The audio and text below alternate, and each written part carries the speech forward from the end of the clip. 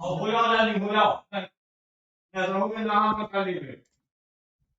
Everyone, कैसे हैं आप सभी लोग। और आशा करता हूं कि आप सभी लोग बढ़िया होंगे और अपनी पढ़ाई कंटिन्यू कर रहे होंगे।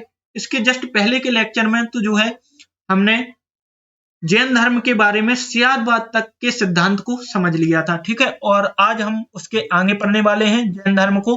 तो बिना किसी देरी के करते हैं अपने लेक्चर को स्टार्ट।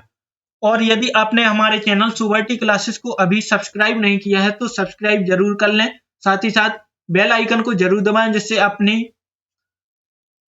आने वाली वीडियो का जो नोटिफिकेशन है वो आपको जरूर मिलता रहे। और साथ ही साथ यदि आपने वीडियो को अभी तक लाइक नहीं किया है तो उसे लाइक जरूर कर दें, ठीक है। तो चलते हैं हम बिना किसी देरी के और पढ़ते हैं हमारा कर्मवाद का सिद्धांत, ठीक है। सियादवाद के सिद्धांत तक हम चर्चा कर चुके थे और अब इसके बाद पढ़ते हैं कर्मवाद के सिद्धांत। देखिए, महावीर स्वामी है, उन्होंने कर्म बंधन का सिद्धांत दिया है, ठीक है। इस सिद्धांत के अनुसार इसके अलग अलग पहलू हैं, ठीक है। तो हम उसको एक एक करके समझते हैं। तो यदि हम बात करें तो इसका जो सबसे पहला पहलू है वह है आश्रव। क्या नाम है उसका? आश्रव। और इस आश्रव के अनुसार जो कर्म है वह जीव को अपनी ओर आकर्षित करता है। क्या करता है? कर्म जो है वो जीव को अपनी ओर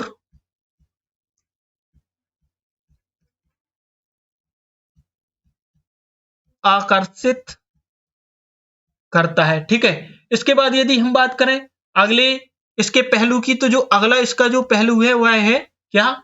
बंधन, ठीक है। और बंधन का मतलब होता है कि जब जो कर्म है वह जीव को अपनी ओर आकर्षित कर लेता है तो वह जो कर्म है वह जीव को बांध लेता है, ठीक है।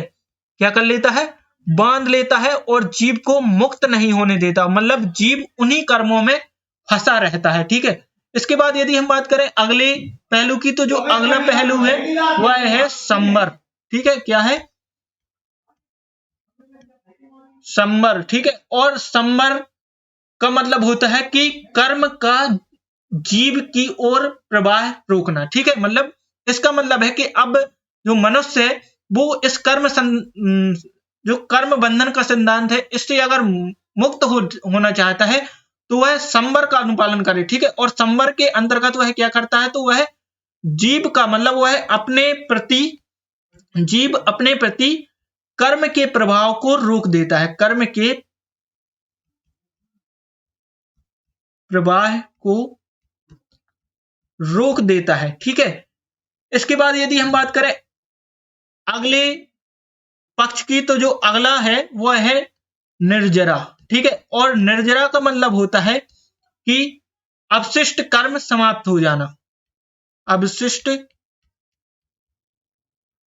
कर्म समाप्त। देखिए क्या होता है कि जब जो जीव है वह अपने पास कर्म के प्रभाव को रोक देता है तो उसके पास क्या होते हैं? जो अपशिष्ट कर्म होते हैं वो धीरे धीरे क्या होने लगते हैं? समाप्त होने लगते हैं। और जब अपशिष्ट कर्म समाप्त होने लगते हैं तो उसे मोक्ष या निर्वाण की प्राप्ति हो जाती है, ठीक है। मोक्ष या निर्वाण की प्राप्ति हो जाती है। और जब उसे मोक्ष या निर्वाण की प्राप्ति हो जाती है तो वह इस जन्म और मरण के चक्र से खत्म हो जाता है और जीवन परमात्मा के चरणों में जो है विलीन हो जाता है, ठीक है। तो जब उसे जो है जीवन और मृत्यु के इस चक्र से मुक्ति मिल जाती है तो वह परमात्मा के चरणों में क्या हो जाता है? विलीन हो जाता है। तो यह है आपका कर्म बंधन का सिद्धांत, ठीक है। इसके बाद यदि हम आगे चले तो हमें पढ़ना है, देखिए, जैन संगतियां। क्या पढ़ना है? सबसे महत्वपूर्ण टॉपिक जैन संगतियां। यदि हम बात करें, देखिए, जो हमारे मतलब जैन धर्म में दो जैन संगतियां हुई हैं, ठीक है। कितनी महत्वपूर्ण जैन संगतियां हुई हैं? तो दो जैन संगतियां महत्वपूर्ण हुई हैं, इन्हीं के बारे में हम पढ़ लेते हैं। तो यदि हम बात करें प्रथम जैन संगति की, ठीक है, प्रथम जैन संगति की, तो यह हुई थी लगभग 300 ईसा पूर्व में। 300 ईसा पूर्व में, ठीक है। और 300 ईसा पूर्व में यह कहां पर हुई थी? तो यह हुई थी पाटलिपुत्र में, ठीक है, पाटलिपुत्र में, ठीक है। यदि हम बात करें तो इस समय जो इस जैन संगति के अध्यक्ष थे उनका नाम था क्या? स्थूलभद्र। क्या नाम था इनका? स्थूलभद्र। ठीक है, इनका क्या नाम था? इनका नाम था स्थूलभद्र। ठीक है, इसके बाद यदि हम बात करें तो इस समय यदि हम शासक की बात करें तो शासक के बारे में इतिहासकारों में मतभेद है कि इस समय जो शासक थे वो चंद्रगुप्त मौर्य थे या बिंदुसार थे। इसमें इतिहासकारों में मतभेद है, लेकिन जहां तक हो सकता है तो चंद्रगुप्त मौर्य ही होंगे। ठीक है, तो चंद्रगुप्त मौर्य या बिंदुसार आप दोनों लिख सकते हैं और जो भी आए तो उसमें टिक कर सकते हैं। ठीक है, और यदि हम बात करें तो इसी बौद्ध संगति में क्या हो गया था? जैन धर्म जो है यह दो भागों में विभाजित हो गया था। कौन कौन से? तो जो जैन धर्म है यह दो भागों में विभाजित हो गया था। एक जो भाग था उसका नाम था क्या? श्वेतांबर, और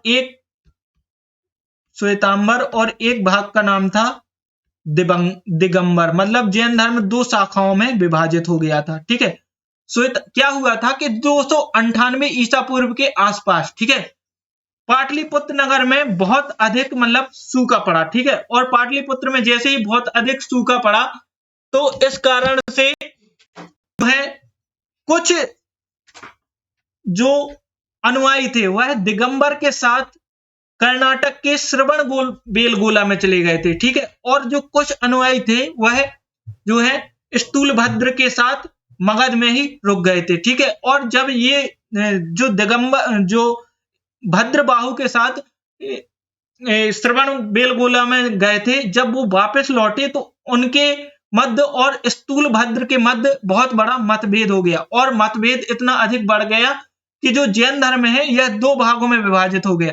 एक था श्वेतांबर जो श्वेत वस्त्र धारण करते थे, और एक था दिगंबर जो कि नग्न रहने वाले थे। ठीक है, इसके बाद यदि हम बात करें तो जो अगली बौद्ध संगति है, तो जो अगली बौद्ध संगति है वह है दूसरी बौद्ध कह रहा हूं मैं यहां पर। जो अगली संगति है वह है दूसरी जैन संगति। ठीक है, और दूसरी जैन संगति यह लगभग कब हुई थी?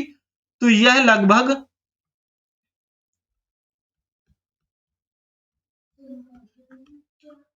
6वीं शताब्दी ईसवी में हुई थी। ठीक है, और यहां कहां पर हुई थी? तो यह हुई थी बल्लवी, गुजरात में। ठीक है, कहां पर हुई थी? तो यह हुई थी बल्लवी, गुजरात में। इसकी यदि हम बात करें तो इसके अध्यक्ष जो थे वो थे कौन? तो इसके अध्यक्ष थे क्षमा श्रवण। क्या नाम था उनका? क्षमा श्रवण। ठीक है, इसके बाद यदि हम बात करें तो यह किसके शासन काल में हुई थी? तो इस समय जो शासक थे वह थे खारबेल। ठीक है,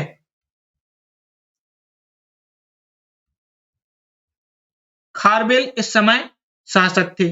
ठीक है, इस इस जैन संगति में क्या हुआ? तो इस जैन संगति में तो जो है जैन साहित्य का पुनर्संकलन हुआ। ठीक है, अब हम देख लेते हैं कि जैन साहित्य का कौन कौन सा पुनर्संकलन हुआ, मतलब कौन कौन से जैन साहित्यों का पुनर्संकलन किया गया। ठीक है, यदि हम बात करें तो इस जैन संगति के अंतर्गत जो है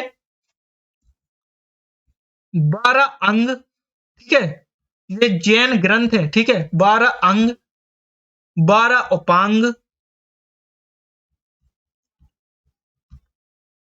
10 प्रकीर्ण,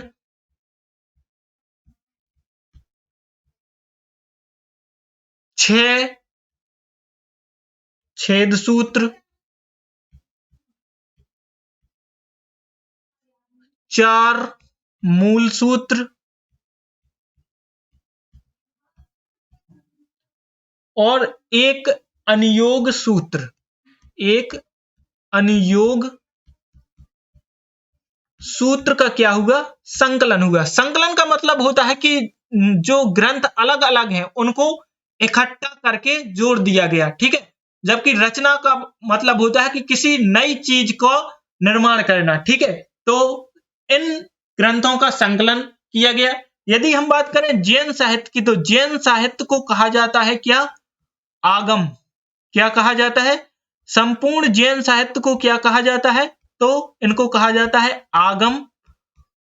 और संपूर्ण जो जैन साहित्य है यह लगभग संपूर्ण जैन साहित्य प्राकृत भाषा में है। ठीक है, क्या है? प्राकृत भाषा में है, जो उस समय जनसाधारण की भाषा थी। ठीक है, यदि हम बात करें तो यहां पर एक महत्वपूर्ण क्वेश्चन और आपसे पूछा जाता है कि जो बाहुबली या गोमतेश्वर की मूर्ति है, क्या है? बाहुबली या गोमतेश्वर की मूर्ति, यह कहां पर है? तो यह है कर्नाटक के श्रवणबेलगोला में। कर्नाटक के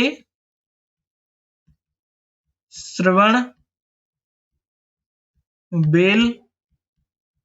में है। ठीक है, तो इसकी जो रचना है या इसका जो निर्माण है वह करवाया गया था, एक शासक हैं जिनका नाम है गंड। ठीक है, तो गंड राजा के एक मंत्री थे। ठीक है, कौन थे? एक मंत्री थे जिनका नाम था क्या? जिनका नाम था चामुंडा। इन्हीं चामुंडा के द्वारा इस बाहुबली या गोमतेश्वर की मूर्ति का क्या करवाया गया था? तो इसका निर्माण करवाया गया था। ठीक है, इसके बाद यदि हम बात करें तो एक क्वेश्चन आपसे यह पूछा जाता है कि जो तीर्थंकरों की जीवनी है यह किसके द्वारा लिखी गई थी? तीर्थंकरों की जीवनी। तो यदि हम बात करें तीर्थंकरों की जीवनी के द्वारा, जीवनी के बारे में, तो यह कल्पसूत्र नामक ग्रंथ में हमें मिलती है। किस में मिलती है? कल्पसूत्र नामक ग्रंथ में लिखती है, और इसकी रचना भद्रबाहु ने की थी। ठीक है, किसने की थी? भद्रबाहु ने। ठीक है, भद्रबाहु ने इसकी रचना की थी। जी, तो यह था आज का हमारा वीडियो। आशा करता हूं कि आपको वीडियो अच्छा लगा होगा, और यदि आपको वीडियो अच्छा लगा हो तो प्लीज इस वीडियो को ज्यादा से ज्यादा लोगों तक शेयर कर दीजिए, जिससे यह जो जानकारी है वो सभी महत्वपूर्ण लोगों तक पहुंच सके। और यदि आपने अभी तक हमारे चैनल सोबर्टी क्लासेस को सब्सक्राइब नहीं किया है तो प्लीज इसे सब्सक्राइब कर लीजिए, साथ ही साथ बेल आइकन को जरूर दबा दीजिए, जिससे आपको आने वाली वीडियो का नोटिफिकेशन मिलता रहे। ठीक है, और यदि आपने हमारी वीडियो को अभी तक लाइक नहीं किया है तो लाइक कर दीजिए, कमेंट में बताइए कि आपको वीडियो कैसी लगी है। ठीक है, और साथ ही साथ आप अपने क्वेश्चन भी कमेंट में लिख सकते हैं। साथ ही साथ शेयर करना बिल्कुल भी ना इस वीडियो को भूलें। और यदि आपने हमारे चैनल सोबर्टी क्लासेस को अभी तक सब्सक्राइब नहीं किया है तो सब्सक्राइब जरूर कर लें, और साथ ही साथ बेल आइकन जरूर दबा दें, जिससे आपको आने वाली वीडियो का नोटिफिकेशन मिलता रहे। देखिए, मैं सब्सक्राइब के लिए बीच में आपसे इसलिए नहीं बोलता हूं ताकि आपकी पढ़ाई डिस्टर्ब ना हो। तो आपका यह कर्तव्य है कि जैसे ही आप वीडियो को स्टार्ट करें तुरंत, यदि आपने सब्सक्राइब नहीं किया है तो सब्सक्राइब कर लें, और यदि आपने वीडियो को लाइक नहीं किया है तो जैसे ही आप वीडियो खोलें वैसे ही वीडियो को लाइक कर दें। ठीक है, तो अपनी पढ़ाई को प्लीज कंटिन्यू कीजिए और सोबर्टी क्लासेस के साथ पढ़ते चलिए। जय हिंद, जय भारत।